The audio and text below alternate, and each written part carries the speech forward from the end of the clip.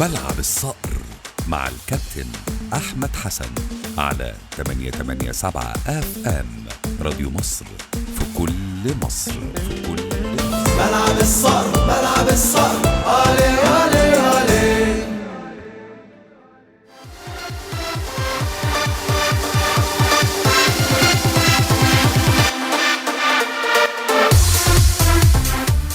رجعنا لكم تاني ولسه مكملين معاكم في ملعبنا ملعب الصقر، وخلينا نروح للكابتن سعفان. يا كابتن سعفان تحياتي ليك وبعتذر لك، لان انت عارف منتخبنا منتخب الشباب طبعا الاصابات اللي عندهم، فكان في اتصال بتونس للاطمئنان عليهم، فبنتمنى لهم الشفاء طبعا اكيد جميعا. ربنا يشفيهم يا كابتن ان شاء الله يا كابتن. ربنا يخليك يا كابتن. طيب ان شاء الله يا كابتن، يا رب ان شاء الله ويرجعوا سالمين غانمين باذن الله.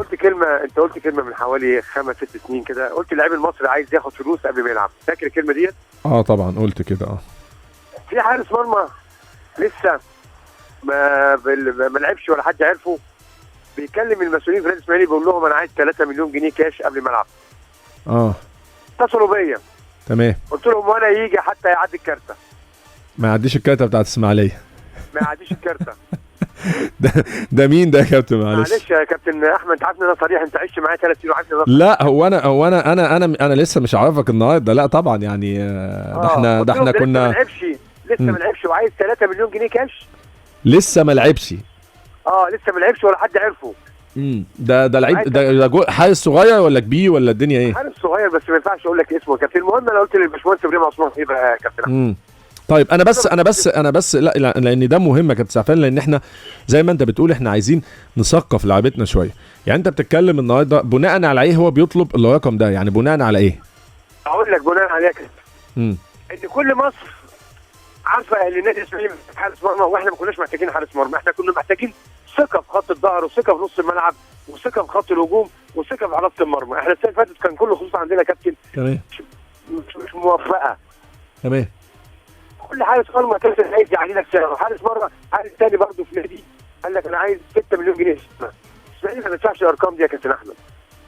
لا يعني هي القصه مش في كده، وانت زي ما انت بتقول لو هو لسه شاب وهو لسه صغير المفروض ان هو يلعب عشان ياخد، يعني يلعب ويبين نفسه مع نادي كبير زي النادي الاسماعيلي عشان يقدر يستثمر في نفسه بعد كده. فانما انا ما اعرفش طبعا يعني هل هو مثلا في الاهلي ولا في الزمالك ولا، يعني انا ما اعرفش هو فين، يعني ما اعرفش هو يعني في اي نادي هو.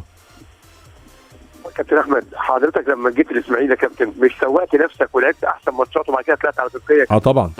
طبعا وما كانش بالنسبه لي يعني القصه بالنسبه لي هي فلوس، بالعكس هو اللعب النادي كبير هو ده اللي يخليك تجيب فلوس بعد كده. بالظبط يا كابتن، انت فكرت في النادي الاسماعيلي عشان تظهر النادي الاسماعيلي بيطلع نجوم وبعد كده ربنا يوفقك في الخارج بره مصر. صحيح. انا قلت للباشمهندس ابراهيم عثمان انا مش عايز حارس مرمى، يا ريت يا باشمهندس ابراهيم رجع صبحي يبقى مع فوزي ومجدي وكمال السيد، انا كده ابقى فله مش محتاج حاجه. انما الحراس اللي عملت خطط على النادي وقلت لك انا عايز 4 مليون جنيه كاش وعايز مش عارف 3 مليون جنيه كاش وعايز قبل قبل ما انزل الملعب 2 لا يا باشمهندس رجع لي صبحي واحنا ان شاء الله سهلين نظبطها كده مع بعضينا، خط الظهر يكون فيه التزام. يعني انت اللي طلبت عوده محمد صبحي. طبعا الحمد لله انا اللي طلبت عنده عوده محمد صبحي من شهر وشويه كمان يا كابتن. طيب ده لانك انت لقيت ان زي ما انت بتقول اجوان قليله في المستوى لسه ما عملتش حاجه وبتطلب الارقام اللي انت بتقول عليها دي. كابتن اتفضل. لا انا ما سمعتكش، الخط كان بيقطع عشان في الملعب. اقصد انك انت طلب محمد صبحي العوده لانك انت شفت ان في مغالاه من بعض الاجوان حتى لسه يعني ما عملوش حاجه عشان يطلبوا الارقام دي. والله العظيم يا كابتن والله العظيم زي ما بقول لك كده كابتن. طب انا اعرفه ولا ما اعرفوش؟ طب اللي هو طلب 3 مليون ده لا تعرفه كويس قوي يا كابتن. اعرفه كويس. طب ما هو يبقى هو معروف هو يا كابتن. ما انا ما قلتلكش ان هو مش معروف، ما هو معروف بس يعني عارف انت يا كابتن اللي هو يعني ايه قاعد ما بيلعبش بقاله سنه وقاعد في فرقته ولا حد شافه ولا حد مس عليه ولا حد صبح عليه. ايوه ماشي، بس هو يعني هو المفروض ان هو عنده 3 اجوان قدامه اقوياء جدا، يعني هو بيتنافس معاهم. ذكي قوي انت لك حل والبص. لا طبعا انا صائم برضه يا كابتن سعفان. الفتره اللي انت هتعمل اسماعيليه برضه خليتك كتير. لا من قبل اسماعيليه الصعايده برضه خلي بالك مش سهلين. لا الصعايده ولاد بلد، بس انت لما جيت اسماعيليه مع سمك السهليه المشوي خلاك تتنطط اكتر يا كابتن. ما بشوفكش انت اللي تعزمني. السهليه طلعت والسهليه بقت بيومينها دول ومبطرخه على الاخر. ما شفتكش قلت لي تعالى ولا حاجه ولا كده يعني. هو انت بتيجي اسماعيليه اصلا يا كابتن احمد؟ ما بتجيش اسماعيليه خالص انت. باجي يا كابتن سعفان باجي. حد يخصك وبقعد معاه في شارع سعد زغلول وبصبح عليه كل يوم. ربنا يشفيه يا رب ان شاء الله. ربنا يخليك يا كابتن سعفان، ربنا يكرمك يا حبيبي. عايز اقول نصيحه بس من خلال حضرتك يا كابتن، يا ريت نلعب ونهتم باللعب قبل الفلوس، مش كل حاجه الفلوس يا كابتن احمد. عندك حق طبعا، هو كل واحد تفكيره بيختلف عن الثاني يا كابتن سعفان طبعا، انما انا كل عقليه بتختلف عن الثانيه، انما طبعا بالعكس انا شايف ان في لعيبه يا كابتن سعفان لازم تفكر بالشكل ده. انا لما العب بعد كده هستفيد، لما العب انا هيجي لي فلوس بعد كده. بس هي طبعا عقليات بتختلف، ولكن طمنا النادي الاسماعيلي المباراه القادمه عنده الانتاج الحربي، بتستعدوا ليها ازاي يا كابتن؟ والله يا كابتن طبعا الانتاج جاي لك طبعا مغلوب اول ماتش في الدوري. صحيح. هيجي طبعا بيقاتل، هيجي بيلعب الاسماعيلي، فاحنا كمان متعادلين الماتش الاولاني، فالماتش هيبقى صعب جدا يا كابتن ان شاء الله، واتمنى ان شاء الله ان نعمل نتيجه كويسه ونبقى نوصل ل4 بونت، عشان احنا شايفين برضه عندنا ماتش صعب مع الجونه في الجونه يا كابتن ان شاء الله.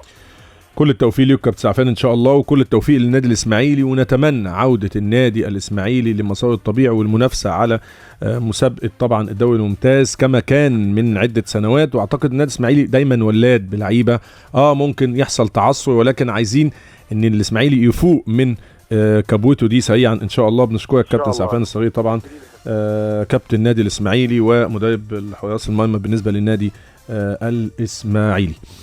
طيب يمكن كان عندنا كلام كتير وكان عندنا احداث كتير طبعا عن الدوري الممتاز، وعايزين نتكلم على يمكن احنا امبارح عملنا طلبنا ان يكون من الجمهور يتفاعل معانا على احسن لاعب واحسن مدير فني للاسبوع واحسن هدف للاسبوع. ما لحقناش نقول ده لان كان عندنا اخبار كتير، وكان طبعا حابين ان احنا نطمن كل الجمهور المصري على منتخب الشباب، فخد وقت طويل مننا، ولكن ان شاء الله احنا لسه مكملين، لان الجولة الاولى ناس كتير قالت ان هدف نادي الاتحاد عمار حمدي هو الهدف الافضل، الناس كتير شافت ان حسام حسن هو المدير الفني الافضل. مش هنلحق نقرا مسجات، انا طبعا يعني جاي لنا رسائل كتير، ولكن ان شاء الله بكره ان شاء الله نحاول يكون معاكم كابتن عمر ربيع ياسين ان شاء الله يقرا كل مسجاتكم وان اختياركم للافضل في الاسبوع الاول.